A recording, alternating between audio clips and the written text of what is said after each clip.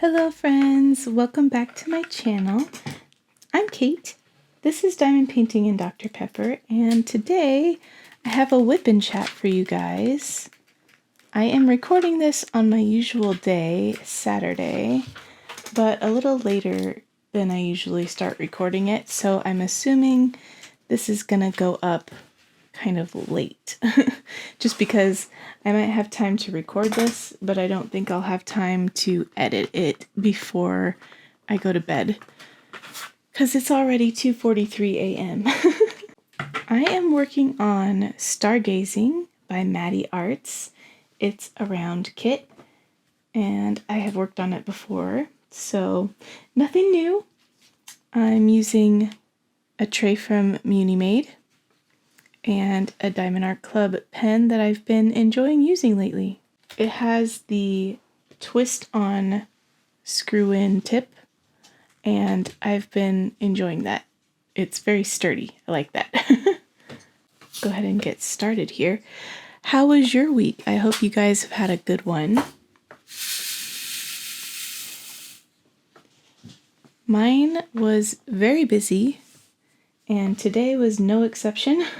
Today was probably the second busiest day of my week, which is funny because it was Saturday. But I woke up and did several chores and then joined my husband and son in the garage where they are currently working on getting all set up for a new type of project. They're going to work on learning stained glass, which apparently my husband used to do when he was around like 20, I guess. And I think it was part of maybe the summer camp he was, he used to be a camp counselor at a summer camp. And I think that's where he said he learned it, but none of the equipment was his, so he didn't continue after he was done being a camp counselor and stuff. But he's kind of intrigued to try it again, and my son Casey had expressed an interest in it, and so my husband did some research. His name is Matt, and started buying the supplies that they would need to start out, just like not the be all and end all of supplies, but just what they'd need to, kind of give a good start at it.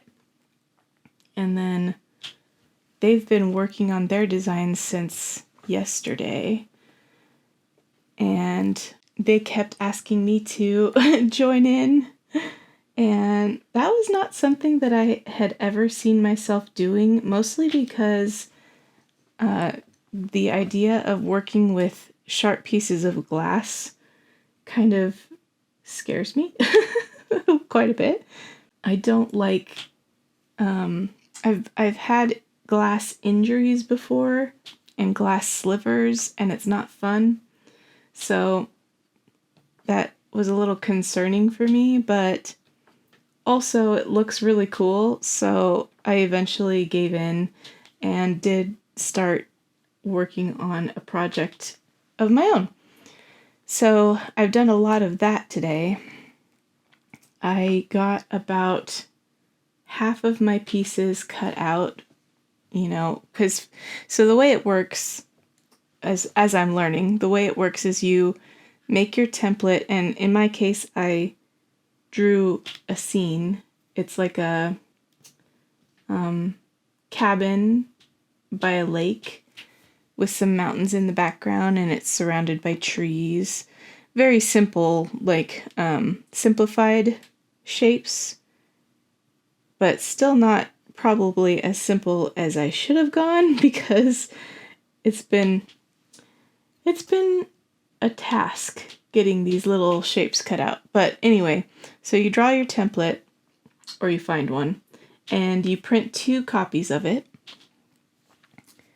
The first one to keep as a reference, and the second one to cut up into each individual shape. And then you use that cut up paper template to place on the colored glass, and then you use like a little scoring tool to like score the glass where you want to cut it, and then you have to use these, I forget what it's called. It looks like pliers.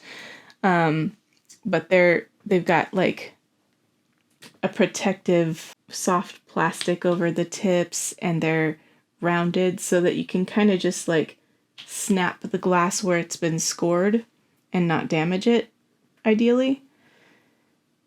And then you just try to piece it all together like a puzzle, but then you have to, after you've cut the glass pieces, you often have to grind them down to be the right size, and you can refine the shape a little bit when you grind them.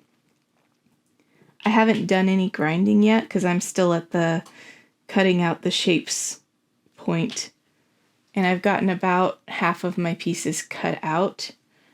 So maybe a little more than half. I worked on it quite a bit tonight. My husband moved things around in our garage and even moved a shelf up higher on our like wall shelves so he could fit a TV in there so we can watch YouTube or Netflix or listen to music while we're out there working. So that was awesome. I was working on mine after the boys quit for the day, so I was out there watching Supernatural and working on my little stained glass project. So that's why I'm kind of late to my WIP and chat here, but I'm enjoying trying something new, and Casey's enjoying it, and Matt's enjoying getting to like have something to do with Casey. So all around it's been pretty good. Matt is making a phoenix, and he was smart and went with a pretty simple template to start with. I tried to draw mine simple, but it ended up being more difficult to do than I thought it was going to. And then Casey's, he went all out and he designed a whole, it's a dragon, and it's kind of like a logo for the Wings of Fire series that he loves, which is all about dragons. But it's made into, stained glass. So it has lots of little pieces and lots of little shapes. And he has been diligently working on it, but his is the most complicated of all of ours. So we're definitely starting out ambitious. The glass packs that my husband bought were they're like little 4x6 sheets, so we had to make sure every piece of our template that we were going to need wasn't any bigger than 4x6.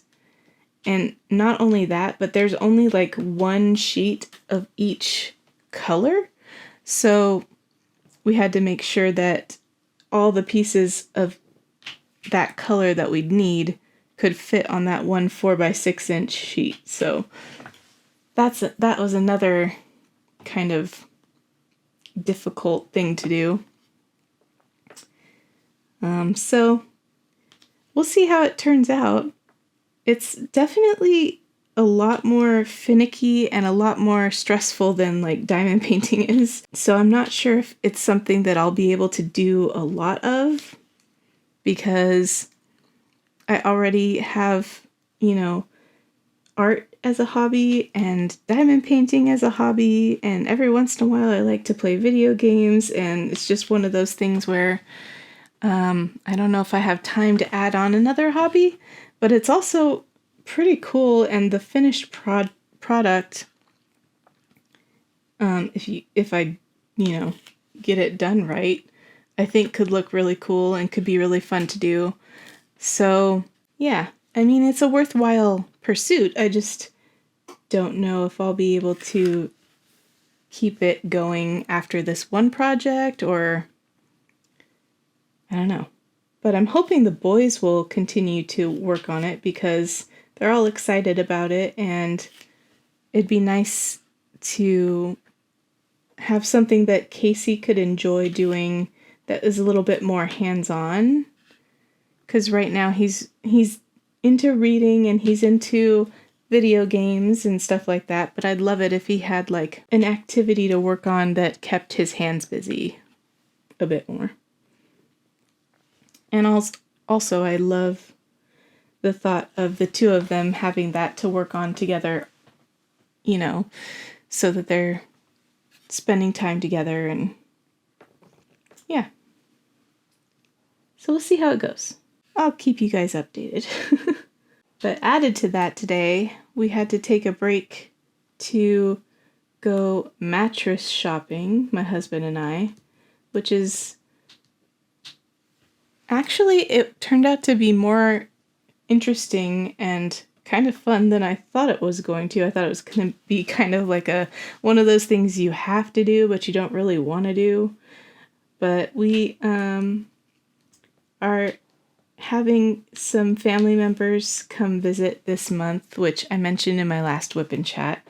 My two older kiddos are going to be coming for visits on 2 separate intervals of the month, and the bed, I say bed with quotes around it, that we had in the guest room was really just like a fold-up camp mattress, and we've been wanting to, for quite some time, get an actual bed in the guest room so that our guests can be comfortable when they're here and not have to sleep on the floor on a mattress. So what we're probably going to do is our current bed is going to move upstairs, and it's either going to go in Casey's room and then his bed will go in the guest room, or we'll just put our current bed in the guest room. And the reason we're not sure yet is because the guest room is the smallest room upstairs, and our bed right now is a king-sized bed, and Casey's bed is a queen. But Casey is not super interested in having to move stuff around and probably clean up his room in order for us to get our king-size bed in there. So he'd probably prefer it if the king-size bed just went into the guest room. However, we did measure, and the king-size bed will fit in there, but it's going to be kind of tight. So we haven't decided yet if we're going to get Casey to let us move his current bed out and put the big bed in his room, because he's got the biggest room upstairs. Since he's the only kid left at home, he has the big kid room. But with all the stuff he has in there, I think it would be kind of taking up a lot more space in his room than would be ideal, because he's got his dresser and a couple of desks and, you know, a nightstand and a bookshelf and, no, 2 bookshelves. So if we put the king-size bed in there, it might just be too cramped, even though he's got a bigger room, just because he's got more stuff in his room. So I'm leaning towards, if it fits, we'll probably go ahead and put our bed in the guest room, and then we'll get the new bed. And that's just because we'll be the ones using the new bed the most often. So it didn't make sense, if we're going to have to pay money for a brand new bed, it didn't make sense to do it for a bed that people are rarely going to use. So our bed is still nice and comfy. It's got like a foam topper and everything that we bought for it, but it is on the older side, and so yeah, if we're gonna have to replace a bed, we figured it might as well be ours. Casey's is, I believe, newer than our current bed, so if he chooses to keep it, then our bed will be the oldest one, and that'll be the guest bed. So we went to a local like mattress outlet or bed outlet or something like that. I can't remember the name of the store. And it was interesting because they have this thing where you go in and you enter in the computer some like facts about yourself, like which part of your body hurts the most often, your back, your neck, your hips, stuff like that. You enter your age, and then you lay down on these tester beds, and it like has a function that measures your body and then recommends what kind of mattress would be best for your, like, I guess, overall sleep. So my husband and I did that. It had these two little beds side by side, and it measured us both at the same time, and you could feel like this roller thing inside the mattress, like it started at your head and your head got pushed up a little bit, and then it would roll down across your body and you'd feel it like measuring you. It was really weird. And then it asked you, like, it was talking to you the whole time through these like monitors over your head, and it asked you to move over to your side so that it could measure you laying on your side. And then it recommended that we get a medium to firm mattress, which neither of us like firm mattresses. But that's what it said we needed. Was I was on the medium and my husband was on like the firm. So the salesperson showed us some beds like that, and we weren't really too keen on them. Which, I don't know, maybe that would be better for like our pain and stuff if we had a firmer mattress, but it just wasn't comfortable. So then he took us to like the other end of the store, and there were like these ultra plush pillow top mattresses, and man, I tell you, as soon as I laid down on that one, like, it was the most plush one in the store, it seemed like it had the thickest pillow top, and I laid down on it and I was like, oh, this is it. This is the one. And luckily my husband liked that same one. So it was really easy for us to choose one, but it was kind of funny that we went through this whole scientific process of determining which type of bed would be best for us, and then completely ignored the result and went with the exact opposite. But I guess that's the way it goes. The new bed is getting delivered Tuesday, and I'm actually really excited because, like, I didn't think I'd be excited about having to spend money on a brand new bed, because if you've been around the channel for a while, you might have heard me talk about how we've had a lot of expenses lately, and this is just another one added onto the top of that. But we got a deal on the bed, and then they were also doing a deal on an adjustable base for the bed, which kind of, you can like, you know, like raise your head and raise your feet, and there's this position that you can set it to that's like a zero gravity setting, where it raises both your head and your feet a little ways. And he did that for us while we were like testing out the bed, and it was so comfortable. It did feel like there wasn't any pressure on any of my joints and stuff when I was laying in the bed that way. And so I'm really excited to see if we can sleep that way, because I've always been someone who tosses and turns a lot and has to be able to switch positions quite a bit in the middle of the night. And the idea with this adjustable base is that if you're not getting those pain inputs to your brain from, you know, the pressure points on your joints because you're in this zero gravity position. You shouldn't have to switch positions as often, and then you'll get better sleep is the idea. So I'm interested to see if that's what ends up happening, if like we can sleep with it that way, or if we'll have to, you know, just have it mostly flat. I probably will keep it at least a little bit elevated for the head part, because I just feel like that will be really comfortable. I don't sleep on my back super often because I think I might have sleep apnea, and I've noticed throughout my life sometimes, especially when sleeping on my back, that I'll wake up gasping like I haven't been breathing. And I'm thinking if the head of the bed was elevated a little bit, that might not be so much of an issue. So I'm excited to try that and see if that helps.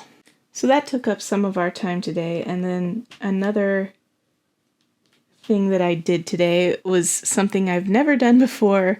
I think I talked about on my channel previously that I organized my diamond painting stash a couple weeks back, and I identified some kits that I would be willing to destash. And it's not something I've ever done before, and I was kind of nervous about it, but I took the time yesterday to make up some images of which kits I was destashing and like how much I was offering them for and stuff like that. And I posted just to my group of friends in Sophie's Discord channel, the Crafter's Den, because I'm still too nervous to post something like that publicly because I've never done it before. So I thought I'd just try it out there first and see how it went, and maybe start small. I think I posted 12 kits, and 6 of them were claimed. So today I went through and found boxes for all of them and got them packaged up, and went to Pirate Ship and did all the shipping stuff so that I could figure out how much shipping would be and print the invoices and stick them to the boxes and get them all ready to ship out, and then invoice everybody. So that took quite a bit of time just for 6 kits. Maybe it would get faster if I was more used to doing it, but yeah. I think it went okay. Now I just have to make myself go to the UPS store to drop them off on Monday, which is something I am not great at forcing myself to do, is go to for some reason I'm awful at going to post offices or just mailing things in general. When I used to have a Patreon and I would mail things out every month, that was always the worst part of it for me, was making sure I actually got things to the mailbox. Even if I didn't have to go to the post office, just getting things to the mailbox, I don't know, it's weird. I think I inherited it from my mom because she has that same thing about mailing stuff, but I don't know what it is. It's just tough for me to get stuff in the mail. But I'm going to make myself do that on Monday, so those will go out and get to where they're going. And yeah, that will help our finances just that little bit, which is appreciated. So thank you. If you're in Sophie's Discord and you claimed one of those, I really appreciate you doing that, and I hope you enjoy your kit when you get it. So the rest of the week has been pretty uneventful, except for Thursday, because Thursday was the day I went down to help Fletcher move. So my son Fletcher was moving from the apartment he shared with my older daughter, Sam, and they also lived with Sam's boyfriend, Adrian, in that apartment, as well as a fourth roommate, and they all decided to not renew their lease because of some weird, shady stuff that the apartment management was doing, and so they all moved out this month, and I went down to help Fletcher with some of his larger furniture because he only has just like a little car, and he doesn't have a whole lot of big furniture, but it's too big for his little car. So I brought we have like a Nissan Armada, so I brought that down,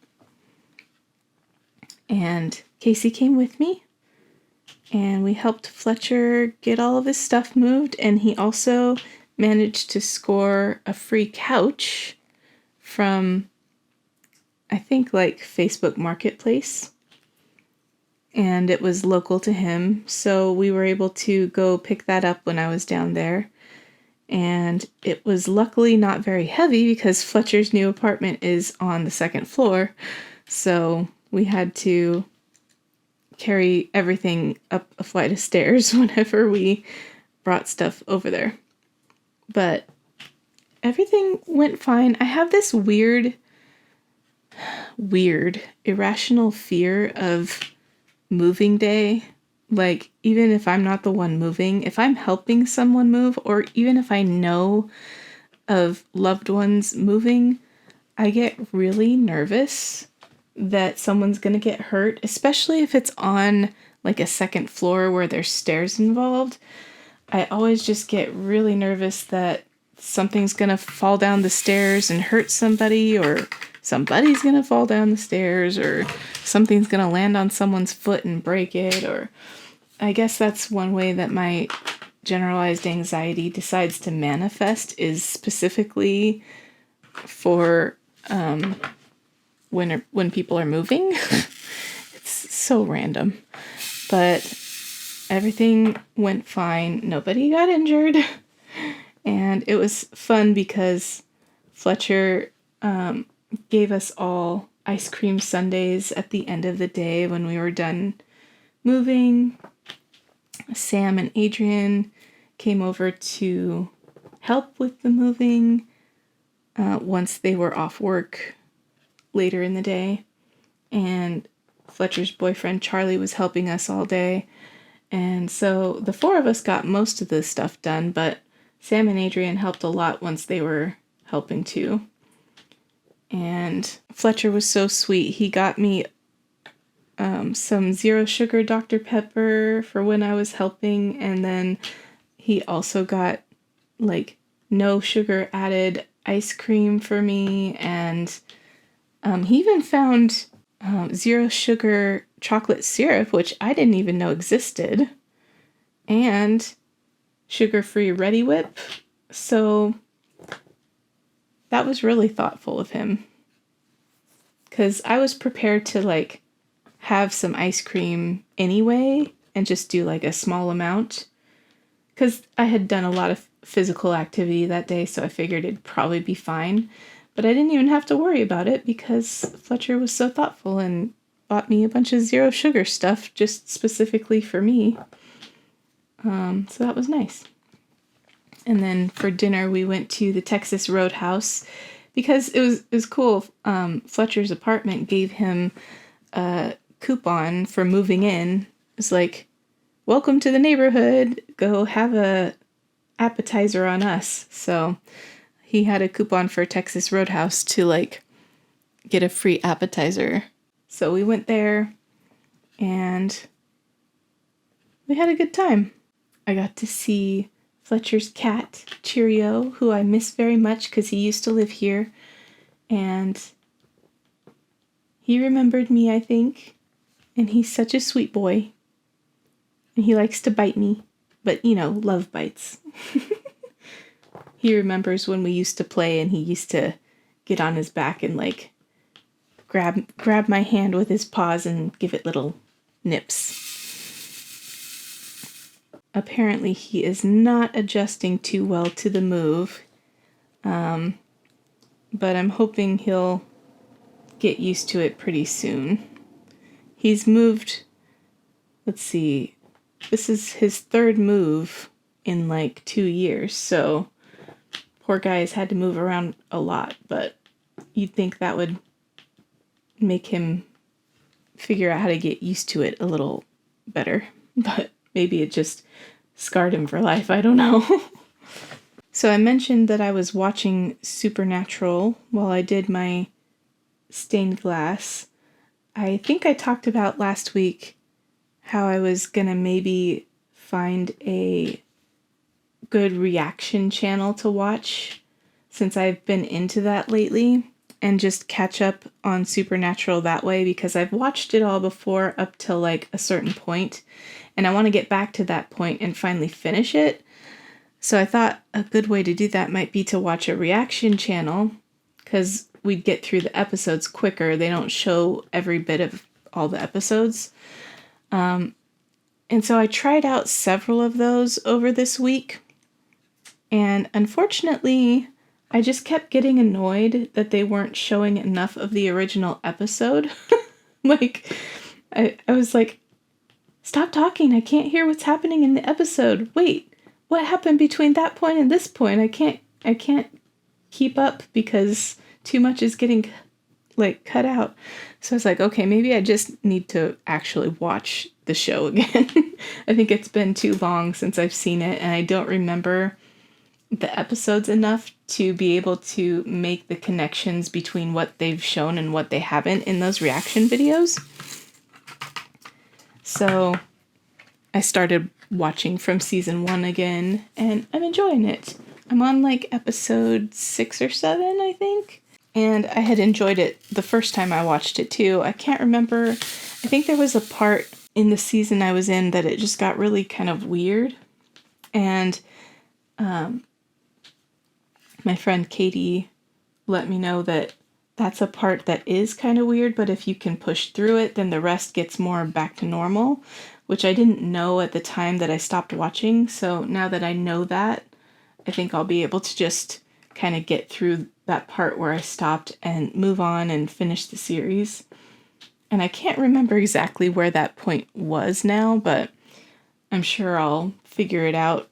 Although watching these season 1 episodes now, I'm not remembering hardly anything from any of them, so it's like watching the show for the first time all over again. So I guess it's not a waste of time for me to watch it again, because clearly I didn't retain much of it.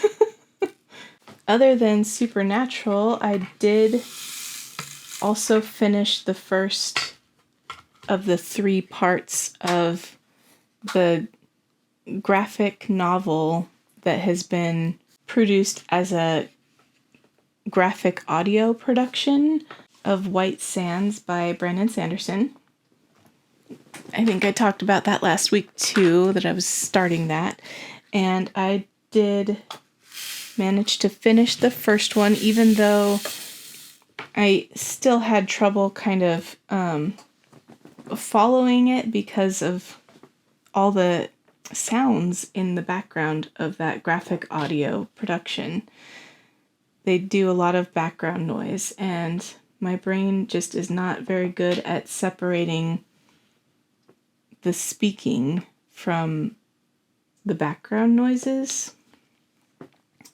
It did get easier the more I did it, but it wasn't like, it didn't make me excited to listen to it, because I knew it was going to be something that I couldn't just turn my brain off and listen to. I'd have to really pay attention to be able to understand what was going on. So I haven't started the second part yet. I finished the first part a few days ago, several days ago, and I've instead been watching both YouTube and Supernatural more than I've been listening to any audiobooks. I do have the other 2 parts ready and waiting, and I want to listen to them before they leave my Audible library because I got them for free. But I know it's not going to be a permanent thing, so I do want to listen to the rest of them. Luckily, they're only about 5 hours each, which gets shortened to like 2.5 hours, or wait, I don't know, maybe they're 10 hours and it's shortened to 5 hours because I listen to it on times 2 speed. But yeah, I gotta listen to the rest of them. It's just like, I wish it was a little easier for me to get into those. It could have to do with like the mixing.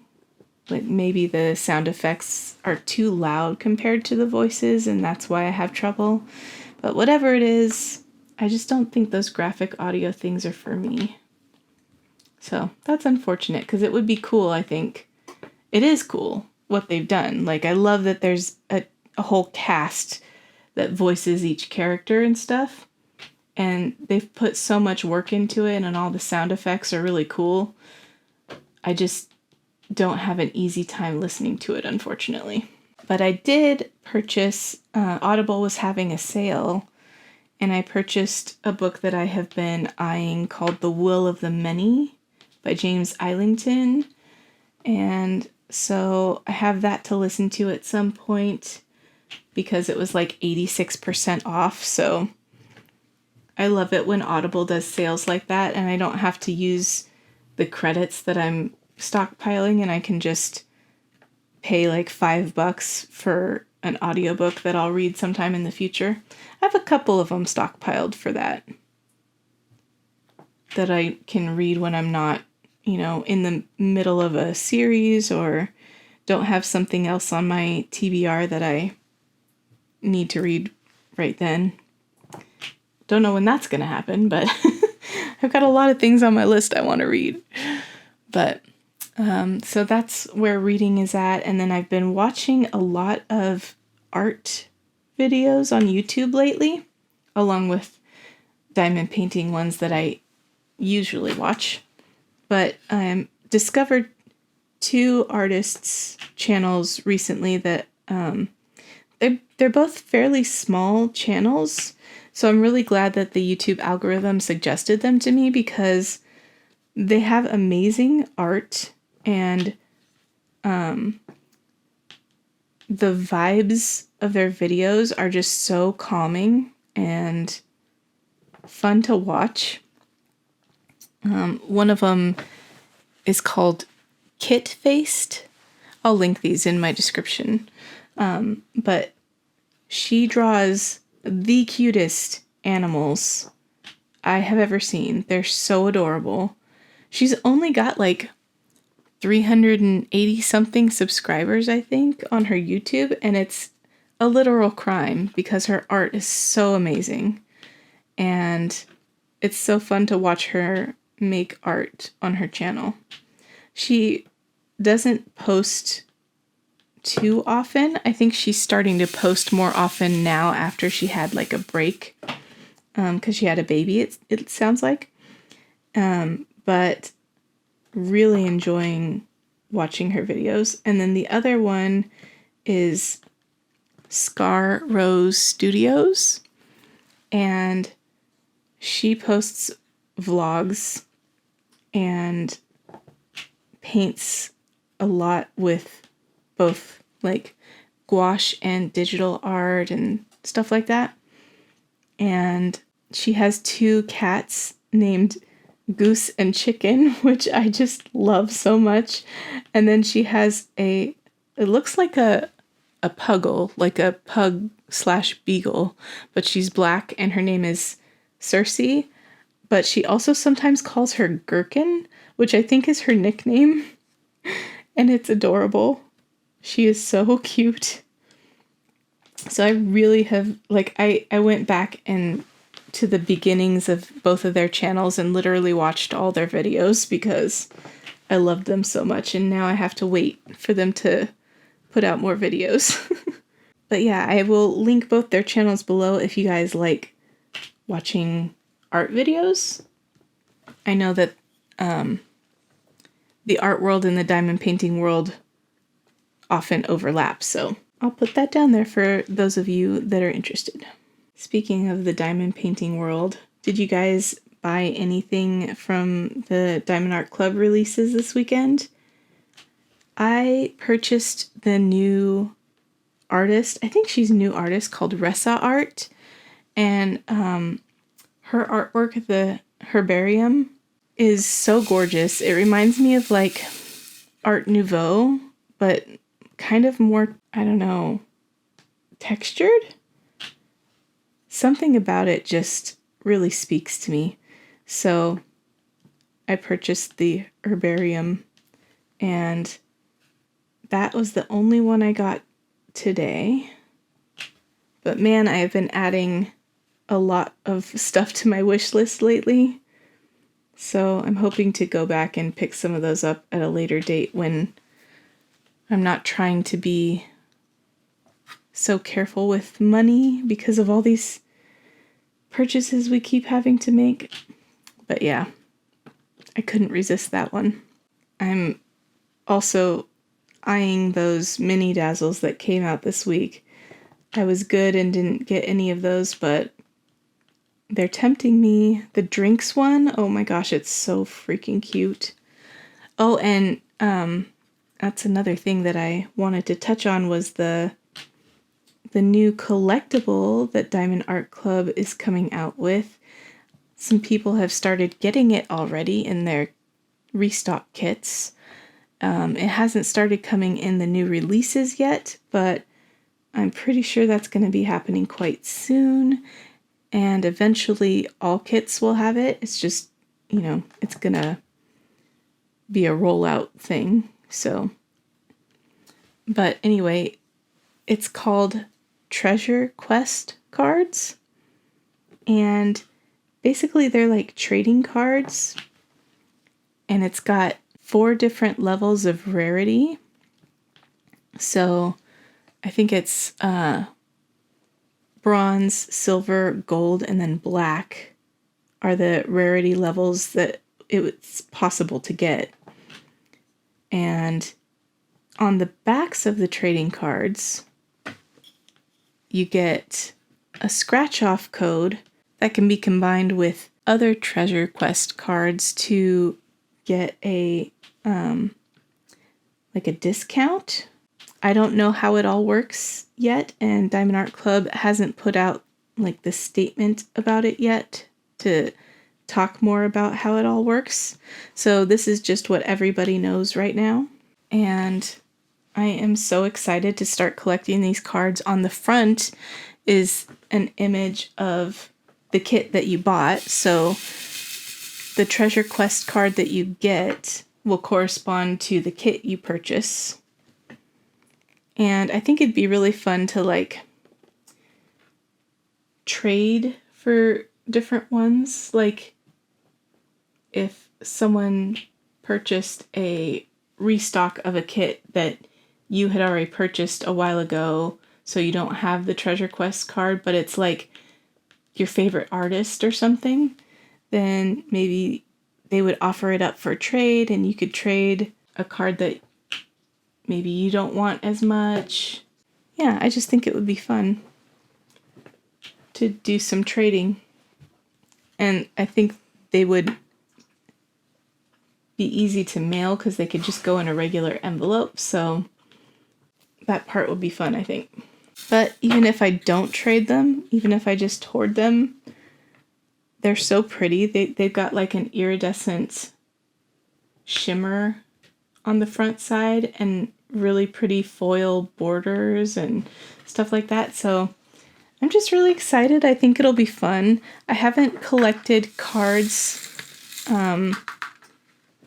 recently, but I used to like to collect cards, and I've been kind of considering getting into Disney Lorcana because I love the artwork of those cards. And this is just like right up my alley for something I think would be really fun to collect. I just like collecting stuff. So,